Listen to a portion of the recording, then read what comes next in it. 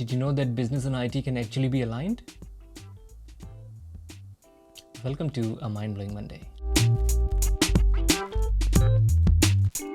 Hey friends, welcome back to the channel. If you're new here, my name is Vibor. I am an executive agile and leadership coach based in Toronto, Canada. If you're watching my videos for some time, you might remember that in one of the videos I said I will be using impact maps in my agile product planning tutorial videos, which by the way, I have released a couple and published on YouTube. Link is in the description if you want to check them out. I ended up not using impact maps as they did not fit really well with the other topics in the series. But then some of you reached out and requested to create a video explaining impact mapping. So in this video, I'm going to do just that. I'll talk about what impact maps are, how to create impact maps, and how impact mapping can really help you solve some fundamental product feature alignment problems. There are timestamps available in case you want to skip to a particular section. Let's get started. So what is impact mapping? At the most basic level, impact mapping is a planning technique, a strategic planning technique to be precise, that we can use to translate the goals that business provides into actionable user stories that IT can work upon. Now, I bet most of us, if not all, at some point in our lives have been part of such projects or product development efforts where it felt like everyone was moving in a different direction. There wasn't a lot of alignment between business and IT teams, and people didn't understand why they were building what they were building. What was the final impact of the product that they were creating? Impact mapping can help us solve this very problem. It can help us align the business outcomes to the functionality we are building by translating those outcomes into specific features that we need to develop for the product. So we can use impact maps to ideate a product. A product, if I may, is nothing but a manifestation of a group of ideas. Ideas that we need to prove to our stakeholders for business value so they can provide us the necessary funding required to build the product. We can use impact maps to prove to our stakeholders whether a particular feature is worth paying attention to or not. This can help us bring clarity to the proposed feature set in case we are not sure which features will become part of the product. We can use impact maps to get everyone on the same page in terms of business goals and strategy. We can use them to visualize the impacts those technical deliverables are supposed to produce from a business perspective. So impact maps are quite versatile, and in an agile environment, we can use them to help create product roadmaps, product backlogs, and prioritize product backlog items. Okay, so how do we create an impact map?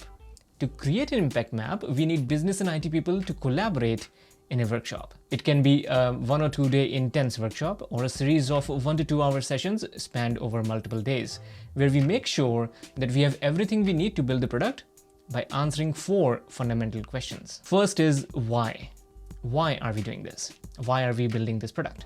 What's the benefit to the business? The answer to this question will reveal the vision, the goal, the final destination that we want to achieve with the help of this product. For example, let's say our goal is to increase our fictitious hotel business profit by 100%. This goal, increase profit by 100%, is too vague for our teams to define their next steps. In other words, this goal lacks a plan, a high-level strategy of some sort. And a goal without a plan is merely a dream.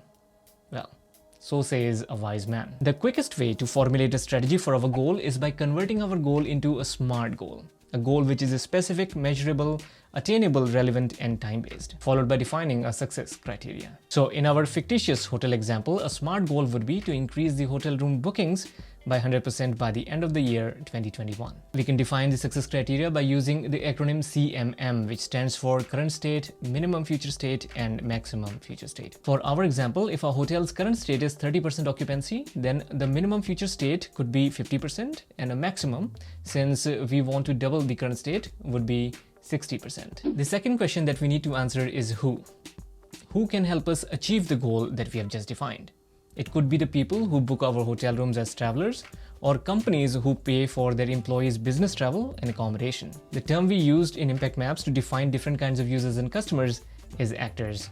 So during this exercise, we do our best to call out all the actors to see if their impact requires any specific deliverables for success. The third question is about the impact that our product must have on the behavior of the actors. The answer to this question will identify our customers' specific behaviors that we want to change to increase our chances of achieving our goal. For our hotel example, it could be something like Customers sharing their experience of a stay at a hotel on the social media, resulting in more hotel room bookings, or customers spending money on food available in-house rather than dining out. Once we know the impacts, the behaviors we want our users and customers to exhibit, it's time for us to brainstorm the features or deliverables that the actors will use to create that impact. And that is our fourth question. What can we do to support the change in our actors' behavior? After these features and deliverables are identified, we can prioritize them based on what we want to build first, second, and third, ultimately creating a roadmap for things that we want to deliver in 6 months, 12 months, and so on. With all these questions answered, we now have all the assumptions identified. We know what needs to change, for what kind of people that change must happen, and whether we will achieve our business goals or not if that change happens. And that's what an impact map does. It surfaces these assumptions and ensures that we all agree and align on what those underlying assumptions / expectations are from the product. So there you have it. Impact maps are like mind maps that visualize the scope and ensures that the scope ties back through impacts and actors to our goals. If you like this video, then please do not forget to give it a thumbs up, and also please do not forget to provide your valuable feedback in the comments. I'll see you in the next video.